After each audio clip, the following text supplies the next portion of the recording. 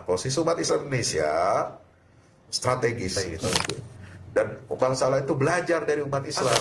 Kita dengan lembaga-lembaga pendidikan Islam ini, saya optimis, ini yang akan memimpin perubahan di dunia Islam. Dengan apa? Pesan dan saran antum kepada umat Islam Indonesia untuk melihat problematika terkini, Ustaz. Kaum muslimin di Indonesia harus memanfaatkan dan mengambil peluang. Jadi kan kalau kita bicara peradaban Islam ini kan sejarahnya sangat panjang, Ustaz, ya. Panjang. Dari Islam pernah memimpin peradaban di dunia, sampai saat ini kan sebenarnya sisa-sisa kejayaan itu masih terasa, kan? Masih. Bahkan masih bisa dideteksi gitu. Bahkan semangatnya itu pun masih membara sampai saat ini kan sebenarnya. Cuma memang upaya dan ikhtiarnya mungkin perlu dimaksimalkan lagi kan gitu. Memang kan tidak mudah kan, tidak seperti membalikkan telapak tangan. Tapi kan dari setiap usaha dan ikhtiar yang dilakukan oleh umat muslim di seluruh dunia, Ustaz, untuk mengembalikan kejayaan Islam lah, dalam tanda kutip saja, itu ada nggak, Ustaz, yang menurut antum cara terjitu, Ustaz, untuk memulai itu agar pelitanya itu mulai terlihat begitu? Apa kira-kira, Ustaz? Saya tangkap clue-nya begini.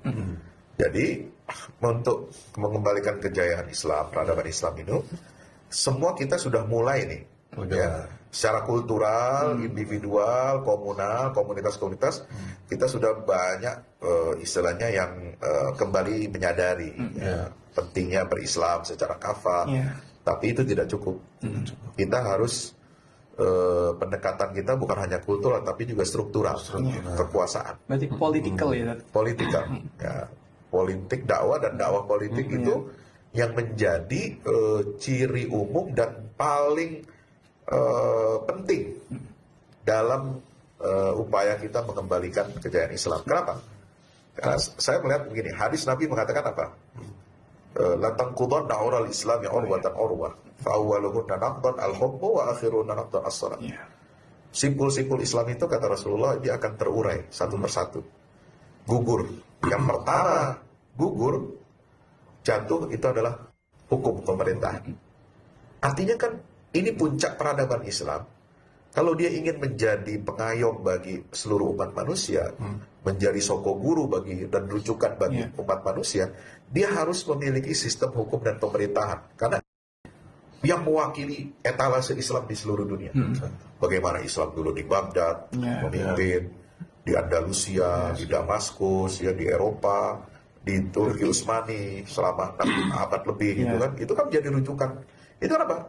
Ada sistem payung hukumnya dan pemerintahannya, sehingga rahmatan lil alaminnya itu terasa oleh bangsa-bangsa lain, gitu. Dan bangsa lain itu belajar dari umat Islam, belajar ilmu, belajar sainsnya, belajar adabnya dari, bahkan filsafatnya dari umat Islam, gitu. Nah, ini yang kita kan kendor di sini selama 100 tahun belakangan. Tapi sekarang ada upaya untuk kita kembali ke situ, ada. Nah, karena itu sudah janji Nabi, sudah berakhirnya era Mulkan Jabriyat, masuk kepada era terakhir, summa takunu khilafatun ala minhajin nubuwah. Itu pasti. Dan kita ini, generasi kita ini, sampean saya, itu akan menyaksikan periode itu. Insya Allah. Insya Allah. Ini bisyarah dari Rasulullah, dan bukan hanya khayalan, bukan hanya imajinasi. Semua indikasinya sudah jelas, akan segera kembali ke masa kejayaan Islam itu. Semakin zalim penjajah Israel dan negara-negara Barat itu akan semakin mengembalikan kesadaran. Ya, apa yang terjadi di Suriah, apa yang terjadi di Palestina, itu membangkitkan kesadaran. Insya Allah. Harapan mereka untuk memadamkan semangat juang umat muslim ternyata salah kan, Nah, salah. Malah berbalik, membarah gitu. Iya, Tadinya kan pengennya udahlah umat Islam sholat aja lah. Akhiruhunna naqdan as-sholat, kan benteng terakhir Islam itu kan sholat. Ya nggak cukup. Harus kembali lagi al-hukmu lagi. Suruh ibadah terus.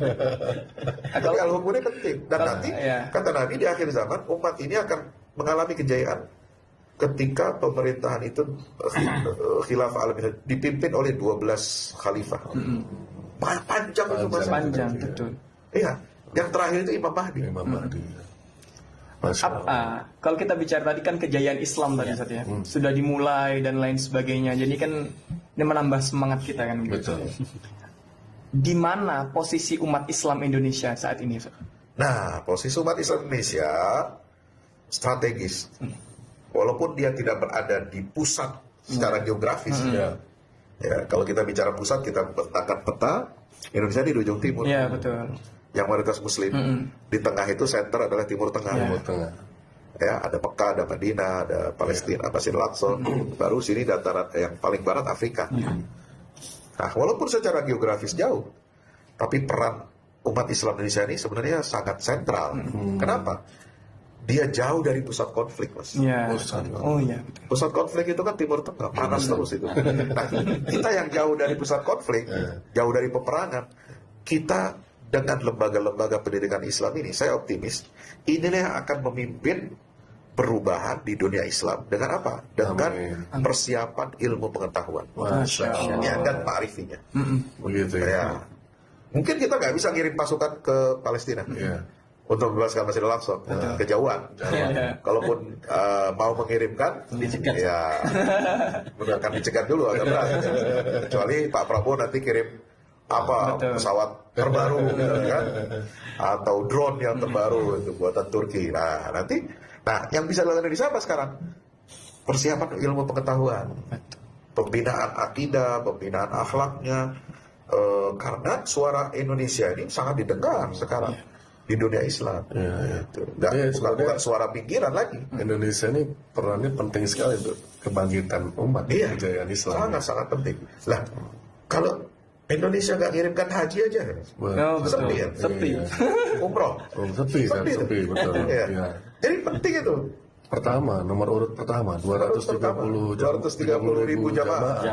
Betul. Itu yang haji. Yang haji. Kalau umroh setahun bisa jutaan. Ya. Karena dia sepanjang waktu kan. Iya. Tapi tadi Ustadz kan menyampaikan bahwasanya posisi umat Islam Indonesia sangat strategis. Terutama dalam menyongsong kejayaan Islam kan, Iya, Ustadz. iya. Terutama dengan pembinaan umatnya dalam pendidikannya dan sebagainya. Begitu. Tapi kan pasti sebagai salah satu